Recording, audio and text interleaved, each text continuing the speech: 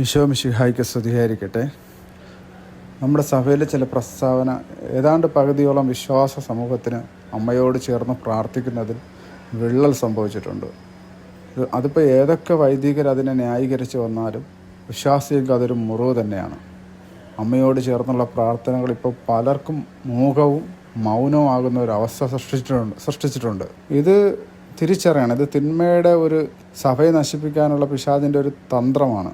വിശ്വാസികളുടെ പ്രാർത്ഥനാ ജീവിതം തകർക്കുക. അതായത് പണ്ട് മദർ തെരേസ പറഞ്ഞിട്ടുണ്ടേ, Satan will limit the prayer, otherwise prayer will limit Satan. ആ പറയുന്നത് പോലെ വിശ്വാസ ജനത്തിൻ്റെ പ്രാർത്ഥനാ ജീവിതം തകർക്കുക എന്നതാണ് അതിൻ്റെ ലക്ഷ്യം. പല സ്ഥലങ്ങളിൽ ഈശോ കൊടുത്ത വെളിപാടുകളിലോ മുന്നറിയിപ്പുകളിലോ കാണാത്ത ഒരു പുതിയ പഠനം ഇപ്പോൾ ഉടലെടുക്കുന്നു.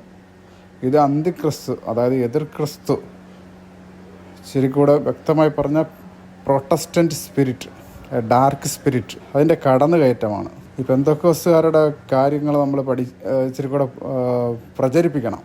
മനസ്സിലാവുന്നുണ്ട്? ഈ പെന്തക്കോസ്തുകാരുടെ ഗാനങ്ങളും നമ്മുടെ കത്തോലിക്ക ചാനൽ ഷെക്കേന, ഞാൻ പലപ്പോഴും പറയുന്നുണ്ട്, ഷെക്കേന ചാനലും ഗുഡ്നസ് ചാനലൊക്കെ ചാർലി കെർക്കിൻ്റെ വീരവാദവും ജമീമയുടെ അതൊക്കെ ഒരു എക്സാമ്പിൾ മാത്രമാണ്. ഇതിനെയൊക്കെ നമ്മൾ കൂടുതൽ പ്രഘോഷിപ്പിക്കണം.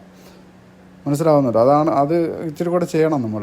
അതുപോലെ പെന്തക്കോസ്ത് ഗാനങ്ങൾ നമ്മൾ ഉൾപ്പെടുത്തണം. ആത്മശക്തി ഇറങ്ങി അങ്ങ് വാ, അങ്ങനത്തെ കുറച്ച് ഗാനങ്ങളുണ്ടല്ലോ. അവർക്ക് പരിശുദ്ധാത്മാവ് കൊടുത്ത് അവർ വിശ്വസിക്കുന്ന പരിശുദ്ധാത്മാവ് കൊടുത്ത കുറച്ച് ഗാനങ്ങൾ അത് സഭയിൽ ഇൻക്ലൂഡ് ചെയ്യിപ്പിക്കണം. മനസ്സിലാവുന്നുണ്ടോ? കാരണം ആ പരിശുദ്ധാത്മാവിൻ്റെ ഒരു പ്രത്യേകത എന്ന് പറയുമ്പോൾ ആ പരിശുദ്ധാത്മാവ് കുർബാനയ്ക്കൊന്നും പ്രാധാന്യം കൊടുക്കാറില്ല. സഭ തെറ്റെന്ന് പഠിപ്പിക്കുന്നു. മാർപ്പാപ്പ തെറ്റ്, വൈദികര തെറ്റ്, കുമ്പസാരിക്കുന്നത് പാപമാണ്, കുമ്പസാരിക്കാൻ പാടില്ല, ഇങ്ങനെയൊക്കെ പഠിപ്പിക്കുന്ന ഒരു പരിശുദ്ധാത്മാവുണ്ട്. ഈ പരിശുദ്ധാത്മാവ് കൊടുക്കുന്ന കുറച്ച് ഗാനങ്ങളുണ്ട്. ഈ ഗാനങ്ങളാണ് ഇന്ന് സഭയിൽ ഭയങ്കര അഭിഷേകത്തിന് വേണ്ടി പാടി വിളിച്ച് കയറ്റുന്നത്. അപ്പോൾ അത് ശരിയാണ്. ആ ആത്മശക്തി ഇറങ്ങി വരുന്നതുകൊണ്ടാണ് ഇന്ന് സഭയിൽ ഈ വിള്ളലുകളും ആശയക്കുഴപ്പങ്ങളും നമ്മൾ നേരിടുന്നത്. ഇനി ഇതിൽ കൂടുതൽ എന്തെങ്കിലും നമുക്ക് വേണോ? അതിൻ്റെ ആവശ്യമില്ലല്ലോ. അപ്പോൾ ആ പിശാച് കയറി പകുതിയോളം ആളുകളുടെ ജപമാല പ്രാർത്ഥന നഷ്ടപ്പെടുത്തിയിട്ടുണ്ട്. പകുതിയോളം ആളുകളുടെ ജപമാല പ്രാർത്ഥന ഇന്ന് ഏതാണ്ട് ഒരു പകുതി പരുവത്തിലാണ്. ഇനി അടുത്ത് പറയും കുർബാന നിർത്തലാക്കുന്ന അടുത്ത രീതി കൊണ്ടുവരും. കാരണം ഈ പരിശുദ്ധാത്മാവ് കയറി പറ്റിയാൽ പിന്നെ അത് നിർത്തിയല്ലേ പറ്റുള്ളൂ. അങ്ങനെ എല്ലാം അവരെ പോലെ ആക്കും. ആരെ പോലെ? പെന്തക്കോസ്തുകാരെ പോലെ. എല്ലാ കാര്യങ്ങളും പെന്തക്കോസ്തുകാരെ പോലെ ആക്കും. അതായത് 2 കൊരിന്തോസ് 11:4 നമുക്ക് പറയുന്നു, എന്തെന്നാൽ ഞങ്ങൾ പ്രസംഗിച്ചതല്ലാത്ത മറ്റൊരു യേശുവിനെ ആരെങ്കിലും വന്ന് പ്രസംഗിക്കുകയോ നിങ്ങൾ സ്വീകരിച്ചിട്ടില്ലാത്ത മറ്റൊരു ആത്മാവിനെ നിങ്ങൾ സ്വീകരിക്കുകയോ നിങ്ങൾ കൈക്കൊണ്ടതല്ലാത്ത മറ്റൊരു സുവിശേഷം നിങ്ങൾ കൈക്കൊള്ളുകയോ ചെയ്താൽ നിങ്ങൾ അനായാസം അതിനെല്ലാം കീഴടങ്ങുകയായിരിക്കും ചെയ്യുക. അവിടെ തന്നെ വചനം വ്യക്തമായി നമുക്ക് പറഞ്ഞിരുന്നുണ്ട് ഈ തിന്മ എന്താണെന്നുള്ളത്. അപ്പോൾ മറ്റൊരു ആത്മാവ്, മറ്റൊരു ക്രിസ്തു, ഇത്രയും വ്യക്തമായിട്ട് വചനത്തിൽ കൊടുത്തിട്ട് പോലും ഇതെല്ലാം ഈ ഷെക്കേന ചാനൽ അവിടെ എല്ലാവർക്കും എല്ലാം അറിയാം. എന്നിട്ടും ഇവർ അറിഞ്ഞുകൊണ്ട് ചെയ്യുന്നതെന്നാണ് ഇപ്പോൾ സംശയമായിരിക്കുന്നത്. അത് എന്തെങ്കിലും ഒരു പ്രത്യേക ലൗകികമായ നേട്ടങ്ങൾക്ക് വേണ്ടി ചെയ്യുന്നതാണെന്ന് അറിയില്ല.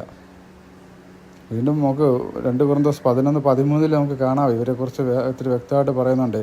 ഇത്തരക്കാരെ കപടനാട്യക്കാരെ അപ്പോസ്തലന്മാരും വഞ്ചകരായ ജോലിക്കാരും ക്രിസ്തുവിൻ്റെ അപ്പോസ്തലന്മാരായി വേഷം ധരിച്ചവരുമാണ്. അത്ഭുതപ്പെടേണ്ട, പിശാചുക്കൾ പോലും പ്രഭാപൂർണനായ ദൈവദൂതനായി വേഷം കെട്ടാറുണ്ടല്ലോ. അതിനാൽ അവൻ്റെ ശുശ്രൂഷകരും നീതിയുടെ ശുശ്രൂഷകരായി വേഷം കെട്ടുന്നതിൽ അതിലെന്ത് അത്ഭുതം. അവരുടെ പരിണാമം അവരുടെ പ്രവൃത്തികൾക്കനുസൃതമായിരിക്കും. കത്തോലിക്ക സഭ അത് ക്രിസ്തു സ്ഥാപിച്ചതാണ്. പത്രോസേ, നീ പാറയാവുന്ന ഈ പാറമേൽ ഞാൻ എൻ്റെ സഭ സ്ഥാപിക്കും. അപ്പോൾ മറ്റൊരു ഗ്രൂപ്പും മറ്റൊരു സഭയും സ്ഥാപിച്ചുകൊണ്ട് ഒരു യേശു വരുമ്പോൾ അത് ഏത് ക്രിസ്തുവാണ്, ഏത് യേശുവാണെന്ന് തിരിച്ചറിയാനുള്ള ബോധം പോലും നമുക്കില്ലാതെ പോയോ? ഇവിടെ നമുക്ക് ബാക്കി കാണാവേ. അവരുടെ പരിണാമം അവരുടെ പ്രവൃത്തികൾക്കനുസൃതമായിരിക്കും. എന്താണ് അവരുടെ പരിണാമത്തിന് പ്രവൃത്തി എന്താണ്? കുമ്പസാരം ആവശ്യമില്ല, കുർബാന ആവശ്യമില്ല. അപ്പോൾ കുമ്പസാരം ഈശോ തന്നെ പല സ്ഥലങ്ങളിൽ ഈശോ സക്രാരിയിൽ അല്ലെങ്കിൽ ഈശോയുടെ തിരുരക്തവും മാംസവും യഥാർത്ഥ ശരീരമാണ്, രക്തമാണെന്ന് എത്രയോ വെളിപ്പെടുത്തി തരുന്നുണ്ട്. എന്നിട്ട് നിങ്ങളുടെ കണ്ണുകൾ തുറക്കുന്നില്ലേ? വീണ്ടും നിങ്ങൾ ക്രിസ്തുവിനെ പ്രഘോഷിക്കാനാണ് നടക്കുന്നത്. അതായത് സാധാ സേവക്കാർ എന്ത് ചെയ്യുന്നോ അത് തന്നെയാണ് പെന്തക്കോസ്തുകാർ ചെയ്യുന്നത്. ബലി നിർത്തലാക്കുക. കാരണം പിശാചിന് കൂദാശ പിടിക്കില്ല. അതുകൊണ്ട് അവൻ മാക്സിമം ട്രൈ ചെയ്യും അതിനെ നിർത്തലാക്കാൻ. ഇവിടെ ദാനിയേൽ പ്രവാചകൻ പറഞ്ഞത് നമ്മൾ ഓർക്കണം. പിടിച്ചു നിൽക്കണം. വചനം ഇങ്ങനെ പറയുന്നു, അവൻ്റെ സൈന്യം വന്ന്, ആരുടെ? പിശാചിൻ്റെ വേജക്രിസ്തുവിൻ്റെ സൈന്യം വന്ന് ദേവാലയവും കോട്ടയും അശുദ്ധമാക്കുകയും നിരന്തര ദഹനബലി നിരോധിക്കുകയും ചെയ്യും.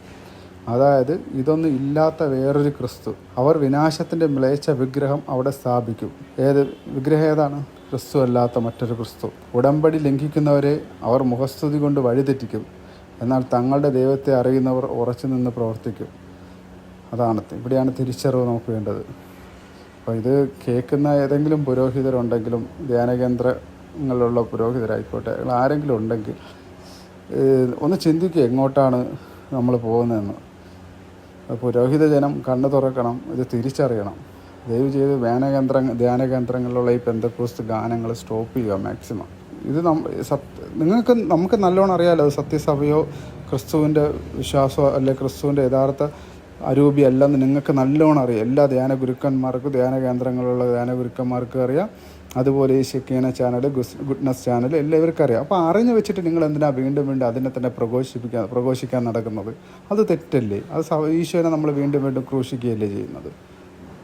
ക്രിസ്തു തന്നെ കരുണയുടെ നോവേനെ പറയുന്നുണ്ട്, അവർ തിരിച്ചു വരാൻ പ്രാർത്ഥിക്കാനാണ്. അപ്പോൾ അവർ നഷ്ടപ്പെട്ട് പോയതുകൊണ്ടാണല്ലോ തിരിച്ചു വരാൻ പ്രാർത്ഥിക്കുന്നത്. തിരിച്ചറിയുക. നിങ്ങൾ അടയാളങ്ങൾ കിട്ടിയിട്ടും ഇങ്ങനെ ചെവി കേൾക്കാത്തവരും കണ്ണ് കാണാത്തവരെയും പോലെ ഇങ്ങനെ നടക്കല്ലേ. അവസാനം ദൈവത്തിൻ്റെ ക്രോധം എല്ലാവർക്കും എതിരെ വരും.